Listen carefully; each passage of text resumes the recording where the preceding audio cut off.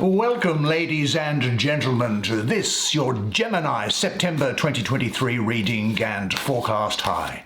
I'm Nigel Saint James, clairvoyant, and I've done a number of one-on-one clairvoyant readings for Geminis from different countries around the world over the last month. And if you might be interested to see what's involved in that, check out the description below. I've also done a number of healings. Now, when I was born, I was given the spiritual gifts of clairvoyance and also of healing. However, my sole contract is that I provide healing for free. Readings I have to charge for, but healings are provided for free, no strings attached, no obligations. You won't be sold anything. So you or someone that you know may be interested in a healing, and the description is in the details are in the description below. Now, the subscribers know, and it's great to see the subscribers back. I look forward to seeing you each month. Truly, I do. You're like my extended family. You know that we don't have any video advertisements breaking their way into this content, and so you get to enjoy the experience uninterrupted. You also know that we only take 5 cards, because we don't just spend 5 or 2 seconds talking about a card.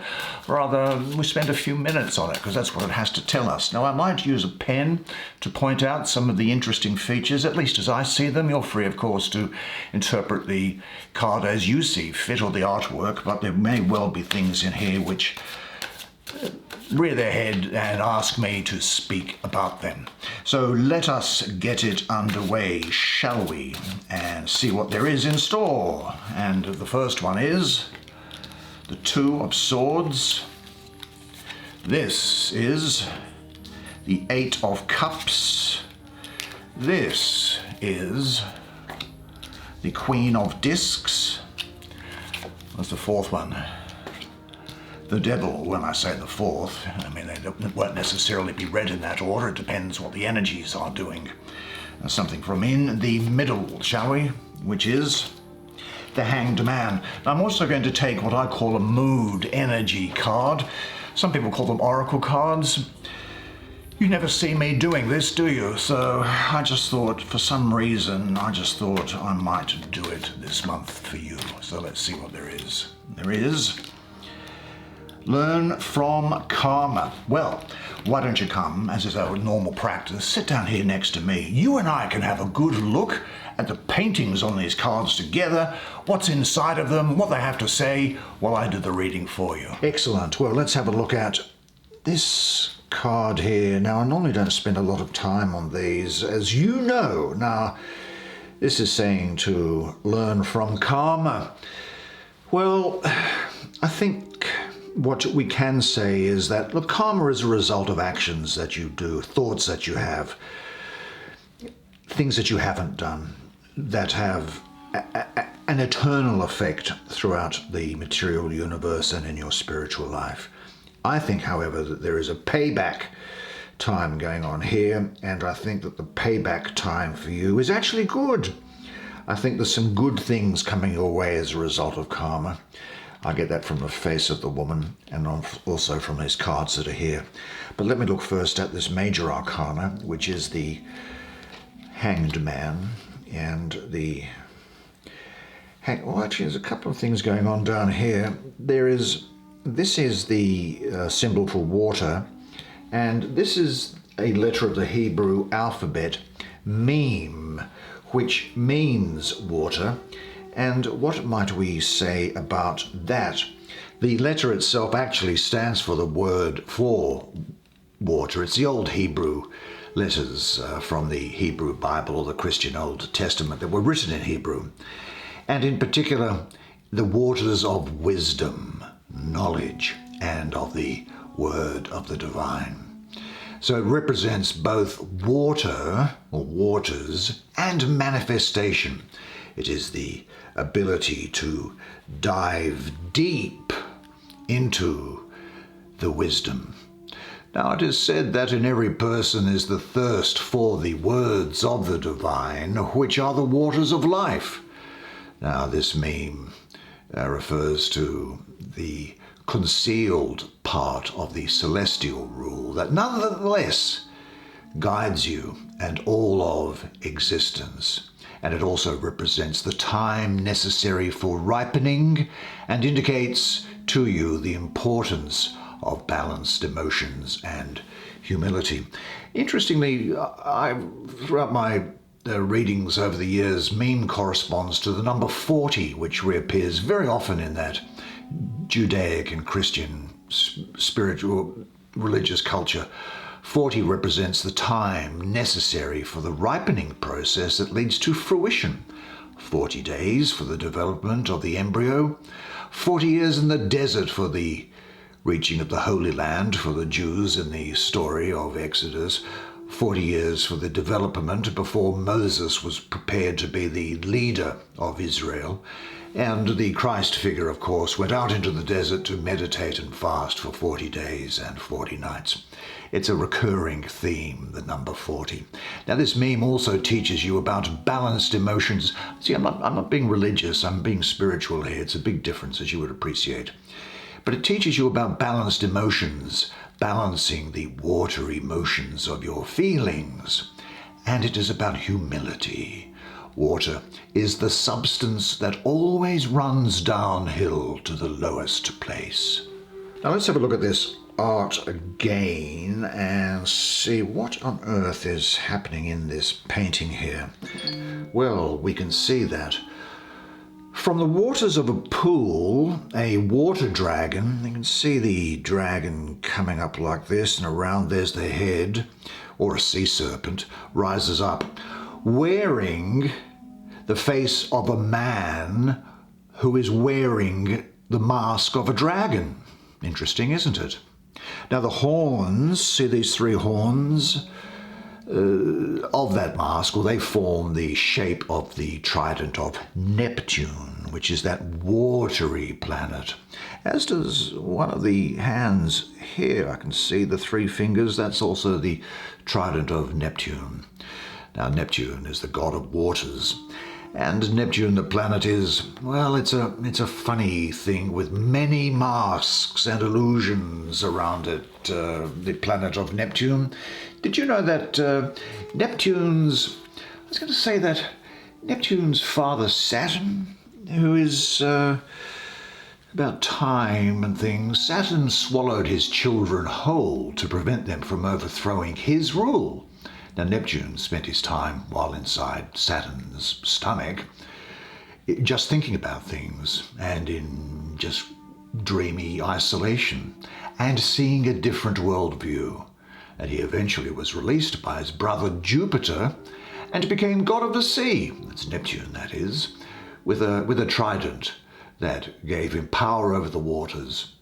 Now this message is echoed, I think, by this thing here, which I can only take to be an Orphic egg, which hangs suspended from the branches of the tree, as if treasure guarded by the dragon. And it symbolizes the time of enclosure, where things incubate, where things develop, where things gestate. Now this man has, on his right-hand side, he has one eye either closed or gouged out or blinded in one eye, and this dragon's also missing an eye. In this case, the dragon is missing the left eye. Now, the right eye is said to control the left brain, or side of the brain, and vice versa.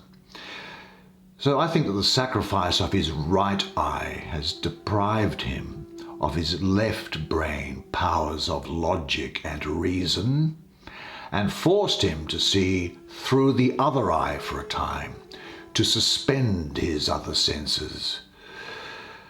I think the posture of the hanged man also is the inverted symbol of sulfur. Anyway, I won't go into I think there's some other, you call it, alchemical properties later on with this queen, but we will leave it at that for the moment. Now this is speaking to me of the end of a situation or a relationship which is stuck, you letting go, even giving up for gain, surrendering for advantage, learning to see in a new way, the necessity of you to break through old behavior patterns. You are going to be experiencing something of a metamorphosis, that process where a caterpillar goes into a cocoon and comes out as a butterfly. Now, what we have here also is, I think that because Neptune is around, I also get a feeling of, I do get the feeling of Venus creeping around here as well, actually. So I do get the feeling of relationship and also business going well for you. But I do think that there is the opportunity to redeem yourself in a situation which has turned sour. You now have the opportunity to put things right. Or you can bring the light onto something, just as this thing is doing down here. He's coming down, he's bringing light. He is enlightened. You will become enlightened. The light bulb is going to go off. I think that the card implies, because of the watery nature of this card, that the emotions are like water and you should allow them to flow.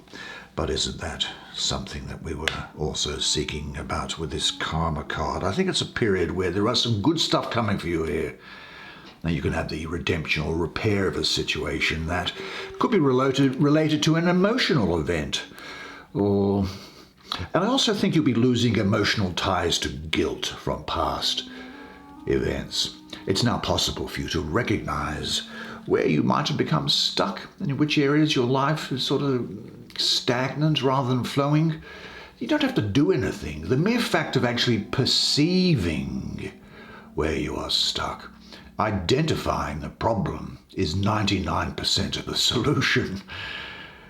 You know, your reality clearly makes transformation possible at this time. So in which areas of your life are you stuck? Are you ready to recognize and let go of your kind of stuck thought and behavior patterns? And say this to yourself: I value breaking ineffective old patterns. I trust and have deep faith in the essence of who I am. I surrender to the higher path and the divine's will. I let go and realize, follow, and accept the will of the divine in my life, which reveals itself to me step by step. Now, we'll have a quick look at this card which is above it. The reason why I get this feeling of stagnation which is around you and you need to identify it is actually particularly because of this Saturn in Pisces. Well, let's have a look. Here we have on the image, before we look at the astrology here, we have something where there are 8 cups, these things up here, which are made from bleached and cracked wooden boards. Now, surely these cups won't hold any water. We have the ghostly waters of sleep. The barge has become a ghost ship and run aground, as you can see here, and the ship has been abandoned. Now, the waters of Pisces, which are down here, they're influenced by Saturn, but are calm and yet stagnant. Saturn, of course, is time. Some melancholy and regret has spoiled your pleasure. The other thing is this number 8, I have an association with the planet of Mercury there as well. But I find that Mercury's intelligence and logic, your thinking process, may not be up to what it is for a moment during the month anyway, because of some emotional malaise is what I would say. Now, the ribs of the ship are bleached and rotten. The crew has been dispatched to Davy Jones' locker, as they call it. That is, to the depths and to the bottom of the sea, a sort of cemetery for drowned sailors. But Saturn in Pisces, well, Saturn is all about organization and structure, discipline. It's a heavy energy in some respects. I have a lot of time for Saturn in some respects, but here, when it's mixed with Pisces, which is intuitive, spiritual, fantasy, and emotional, well, Saturn comes in and kind of completely deadens the water of Pisces. Saturn dominates and suffocates the joy of Pisces, and also there's a flightiness of Mercury that's present in the number 8. So the overall influence resembles dark Saturn with no growth. Now, the other thing is that this number 8 Mercury that I have, it's in detriment in Pisces, and so we have a conflict there as well. However, the good thing is about this number is that 8, and I do think you come to your senses, 8 is about numerologically is about manifestation, practicality, skill, and decision. So there's some stagnation or obstruction or emotional blockage or, I don't know, laziness or something, a feeling, a swamp. I get this sort of vision of a swamp where you're just kind of trudging through mud. Or even at a moment there may be a lack of get up and go, which may be a reaction to feeling empty or without anything that fulfills you. But I think it's time you, as this card was saying here, that you consider yourself and set some limits and say no. It may be an old behavior pattern to always direct your love towards people from whom nothing comes in return. Well, this could be a sign indicating your fears of accepting love. Now, what people come to mind for you in this context? Are you ready to dare to set limits and stand by them? In what situations do you hide your true feelings? I think you get through it though, have no fear, because you then get energized. Well, actually, before we get energized, I think you have a period here which is talking about this Two of Swords. Now, these two swords that are here, they have, well, there's a sign for air, there's a sign for water, so these are things in balance, right? And here is the moon, the light and the dark in balance. And, well, this is a scroll, obviously, with some sort of sacred texts associated with it. And here is a feather, which is balanced with...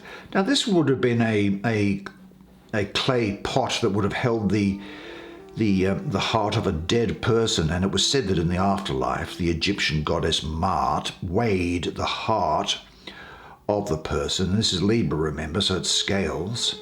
Weighed the heart of the person because the heart was considered to be the person. And if the person was in balance with that of a feather, the person then went on to eternal life.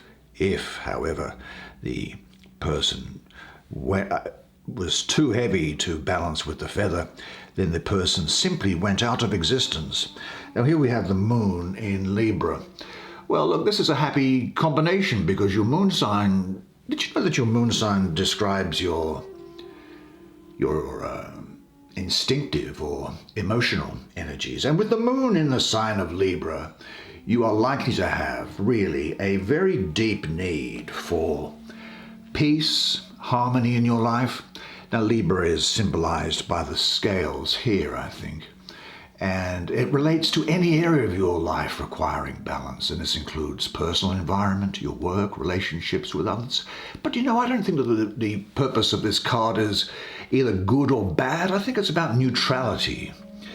But there is an inner peace here for you, and now, coming out of this period of indecision, I'll call it, there is now the power to make decisions, and in particular, decisions regarding a situation or relationships which promote emotional peace.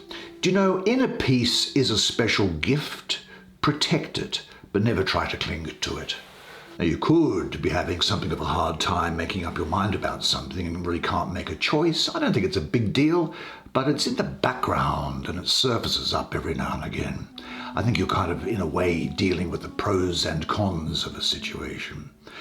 It might be that you lack the information that you need in order to make the right decision at this time, but you do get that information, and when you get it, it's like the light goes on and you can see the situation for what it is, and you'll be in a much better position to make that decision that I referred to in that number 8 there, and the decision that is right for you. Now, what areas of your life are especially important to you? You can come calmly to the necessary decisions now. Take the time also for deep relaxation.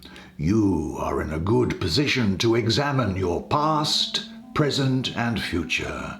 Maybe even write down your insights, but have this thought in mind at all times.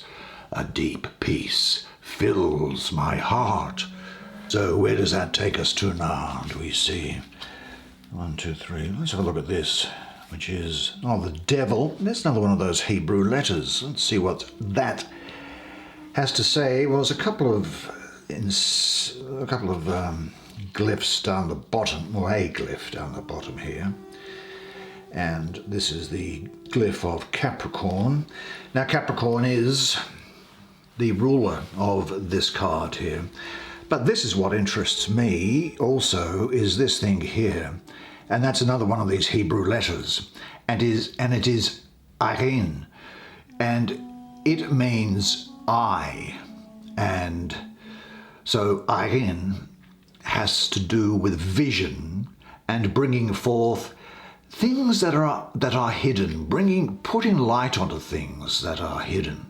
And Ayin teaches you to see beyond and relates to time, which has got to do with Capricorn, which is governed by Saturn, which is to do with time. Now, it is the aspect of the visionary to see not just what is happening in front of us, but to envision what beyond that, to know what your direction is going to be in 5, 10, 20 years ahead and beyond. Now, the pronunciation of Arin is, I know that sounds strange, is very significant though.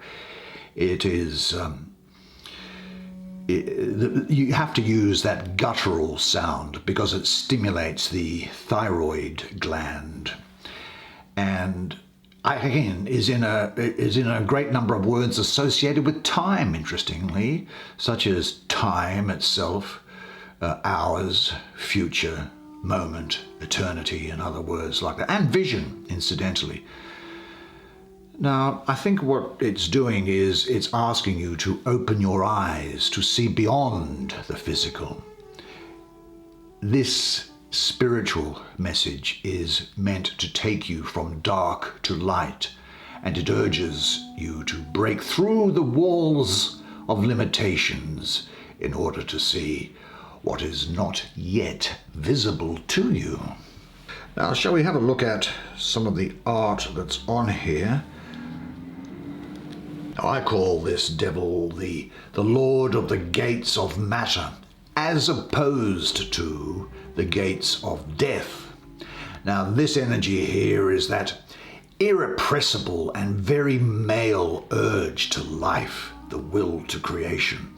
Now, many medieval European portrayals of the devil in the tarot, like, those decks that were done a couple of hundred or more years ago, they sort of have the devil with a really big, voracious, hungry face on the stomach area here.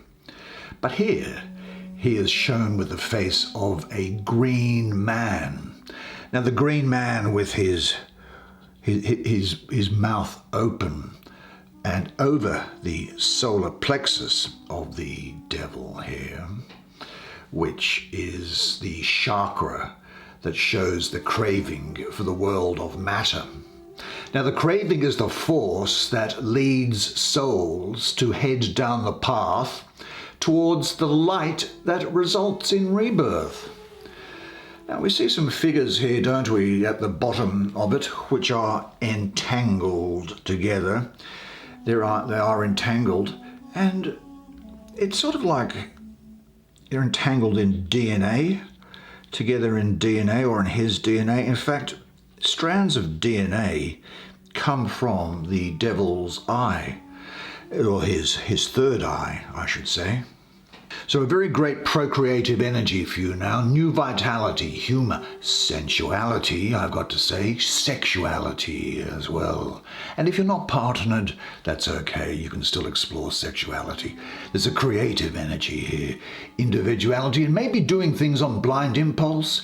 There's an irresistibly strong desire for material things, and you'll be able to have the endurance to get through hard work. You'll be able to accomplish a lot if you are focused, because I don't think that this devil allows anything to distract him.